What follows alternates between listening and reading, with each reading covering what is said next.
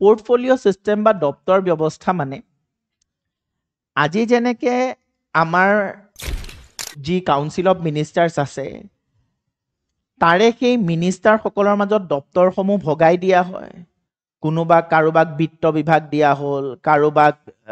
প্ৰতিৰক্ষা বিভাগ দিয়া হ'ল কাৰোবাক কৃষি বিভাগ দিয়া হ'ল দপ্তৰবিলাক ভগাই দিয়া নহয় জানো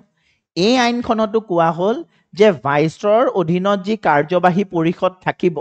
সেই পৰিষদৰ সদস্যসকলৰ মাজতো দপ্তৰসমূহ বিতৰণ কৰি দিয়া হ'ব কাক কি পোর্টফোলিও দিয়া হ'ব সেইটো আগতেই তেওঁলোকে মানে পোর্টফোলিওবিলাক বেলেগ বেলেগ এক্সিকিউটিভ কাউন্সিলৰ মেম্বাৰসমূহক ভগাই দিয়া হ'ব কাৰ্যবাহী পৰিষদৰ সদস্যসকলৰ মাজত দপ্তৰসমূহ বিতৰণ কৰি দিয়া হ'ব সেইটোকে কোৱা হৈছে যে এই আইনে দপ্তৰ ব্যৱস্থাক স্বীকৃতি দিছিল বুজি পালা ঠিক আছে আৰু ইয়াৰ দ্বাৰা ভাইসৰয়ক অধ্যাদেশ জাৰি কৰাৰো ক্ষমতা প্ৰদান কৰা হৈছিল অধ্যাদেশ যাক আমি ইংৰাজীত কওঁ অৰ্ডিনেন্স গতিকে অৰ্ডিনেন্স ইস্যু কৰাৰ পাৱাৰটো